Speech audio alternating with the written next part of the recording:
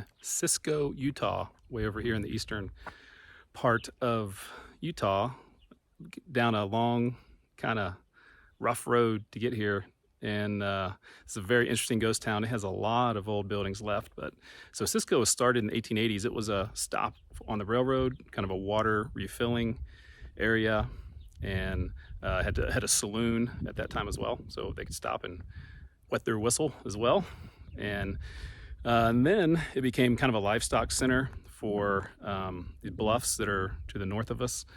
And then there was some mining that happened here. And so it grew and became a town, and fairly, significant place along this original, it's called Cisco Highway, before the Interstate 70 happened. And then when the interstate was built, the economy was already in decline, and that just kind of crashed the rest of the potential of Cisco, and it became a ghost town. And there are a lot of old buildings that are here, and I don't think anyone lives here anymore. There is one business here, and it's kind of like a general store and souvenir place. And I stopped and talked to the lady there, and she said no one lives here. And so she gave me permission to kind of walk around to see some of the stuff.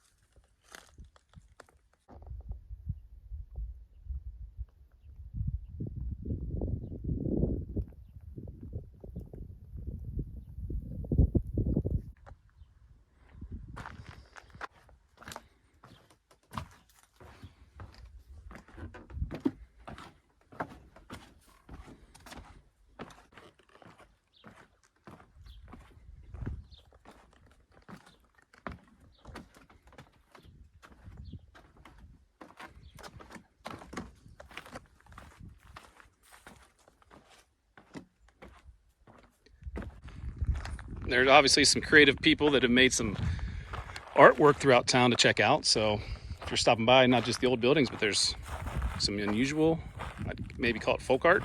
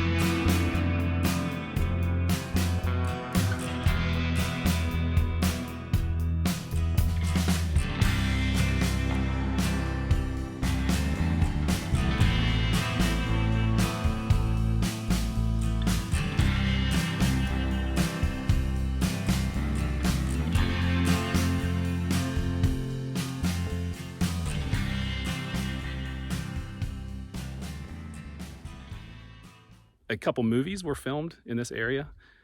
Thelma and Louise, a couple of the scenes were filmed in this area. And actually, a guy who was with Susan Sarandon in a part of the movie, there's an old guy who she sits next to in the movie, actually was the lone resident of Cisco and at the time they filmed that here. And then there was like an explosion of a semi truck that happened here near the town as well. And then a movie called Vanishing Point in the 1970s, the original Vanishing Point, was also filmed here.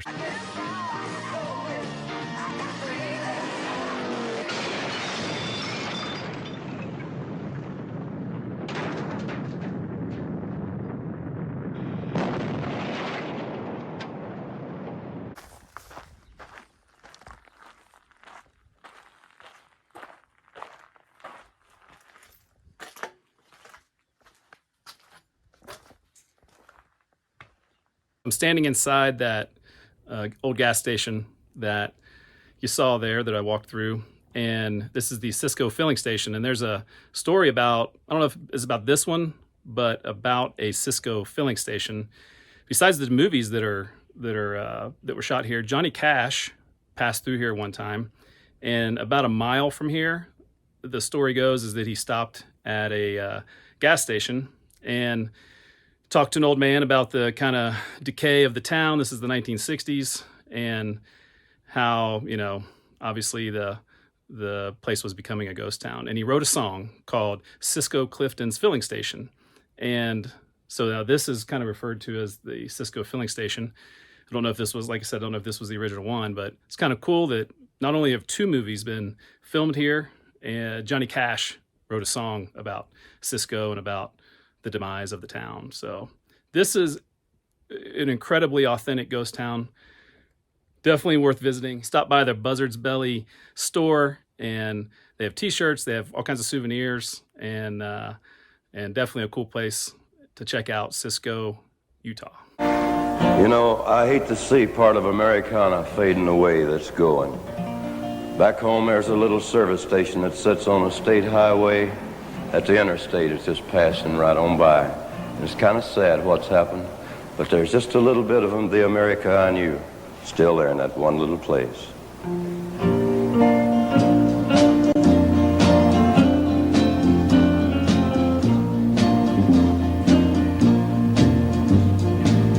Cisco Clifton had a filling station about 1.5 miles from town.